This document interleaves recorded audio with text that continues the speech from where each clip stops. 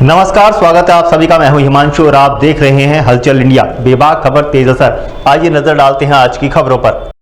मुजफ्फरनगर के मंसूरपुर क्षेत्र में कार्यक्रम के दौरान भारतीय किसान यूनियन सेवक के राष्ट्रीय अध्यक्ष दीपक सोम ने मीडिया से वार्ता करते हुए कहा कि किसान परेशान है। किसान गन्ना भी डाल चुका, किसान गेहूं भी काट चुका, लेकिन अभी तक किसान यह तय नहीं कर पाया जो फसल हमने गन्ने की बोई है हम उसमें से कुछ बचा भी पाए, उसमें कुछ बचत भी आई है या नहीं। चारों तरफ से किसान त्राहिमाम है। एक तरफ बिजली की बढ़ती हुई दरें और प्रीपेड मीटर जो किसानों पर थोपे जा रहे हैं, इससे किसान परेशान है। दूसरा, सरकार दोहरीकरण कर रही है। जिले में पूरे देश में कीटनाशक और दवाइयां खेती की जो बिक रही हैं, इसमें सरकार ने ऐसा काम किया है जो शुगर मिल है उसने दुकान चला रखी है, उन दुकानों का कोई मानक नहीं है। और जो मिल के द्वारा समिति के द्वारा दवाइयां बिक रही हैं, उन दवाइयों का कोई चेक करने वाला नहीं है। जिला कृषि अधिकारी उठकर छापे मारने शुरू कर देंगे प्राइवेट दुकानों पर, लेकिन जो हजारों करोड़ रुपए की दवाइयां मिलों और समिति की दुकानों पर मिल रही है, क्या उसकी कोई जाँच करवाई है या नहीं। साथ ही उन्होंने कहा कि किसानों को 2 साल से ब्याज नहीं मिला, 7% किसानों से लिया गया और यह वादा किया था कि 4% वापस करेंगे, लेकिन अब तक कोई रुपया सब्सिडी के रूप में वापस नहीं मिला। किसान चारों तरफ से परेशान हो चुका है। वहीं उन्होंने आवारा गोवंश और अन्य मुद्दों को भी उठाया।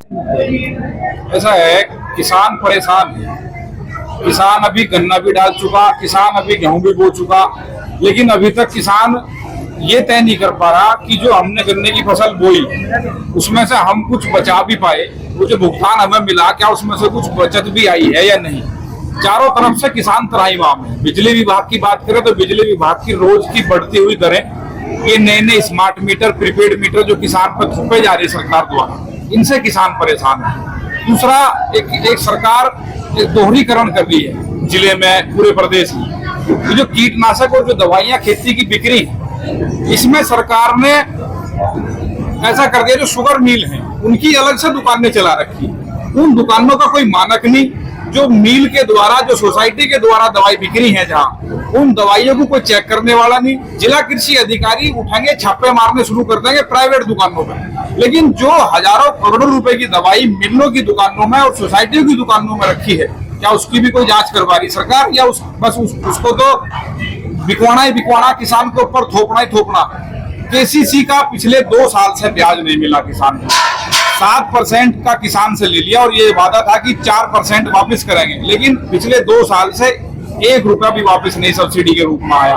किसान चारों तरफ से परेशान है। हमारा गोवंश का बढ़ता हुआ प्रकोप किसान की फसल बर्बाद करता जा रहा। अब आने वाली फसल जो फिलहाल अब गन्ना बोया है वो थोड़ा थोड़ा निकलना शुरू हुआ और हमारा गोवंश ने उसे खत्म करना शुरू कर दिया, लेकिन सरकार का कोई ध्यान नहीं। हमारे आसपास के क्षेत्र के जनपदों की नदियों की और रजवायों की ये स्थिति है कि उनमें पानी पीना तो बहुत दूर, अगर उनमें पशु भी हम नहा लें तो गनीमत है। इतनी बुरी स्थिति है, लेकिन नमामि गंगे जैसे प्रोजेक्ट और जो नदियों को, नहरों को साफ करने वाले इतने बड़े बड़े प्रोजेक्ट हैं, उनके ऊपर हजारों करोड़ों रुपए का खर्च सरकार का आ रहा है, लेकिन सुधार कोई नहीं है। और ये स्थिति है इस जनपद मुजफ्फरनगर में भी। खतौली मंसूरपुर क्षेत्र के कई गांव ऐसे हैं, आप लोग भी जान रहे होंगे, सुना होगा कि वो लोग वहां के खराब पानी की वजह से पलायन करने की ओर हैं। तो इन सब स्थितियों की चर्चा करने के लिए एक बड़ी किसान मजदूर पंचायत यहाँ गांव सोजनी तगान मुजफ्फरनगर में बुलाई है।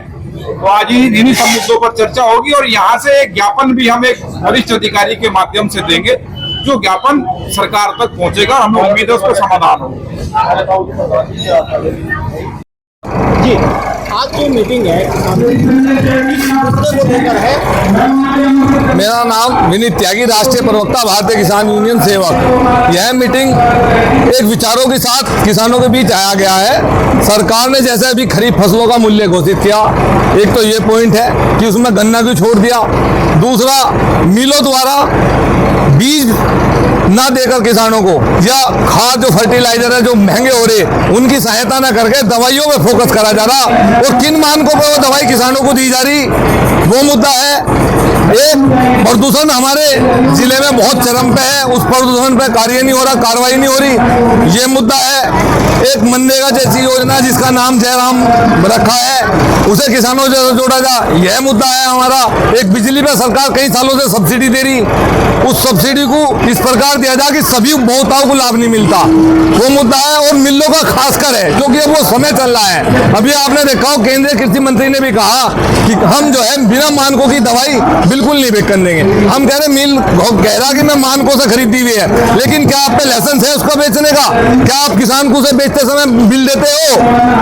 आप जितनी ताकत दवाइयों में लगा रहे हो, इतनी ही ताकत किसानों को फर्टिलाइजर और अच्छे बीजों में लगाते तो किसान का भला होता। और बहुत मुद्दे हैं, गोवंश है, बिजली के कट बहुत बड़े बड़े चल रहे हैं, तो निर्बाध्य बिजली नहीं मिली। कल मुख्यमंत्री ने घोषणा भी करी, उसके बावजूद भी निर्बाध्य बिजली नहीं मिल रही।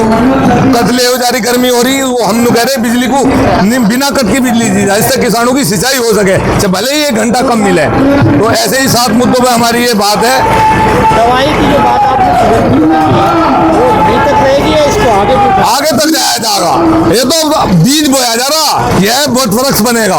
प्रदेश में इस आंदोलन को गांव-गांव घूम कर खड़ा करा जाएगा, वैसे बहुत बड़े स्तर पर ले जाया जाएगा।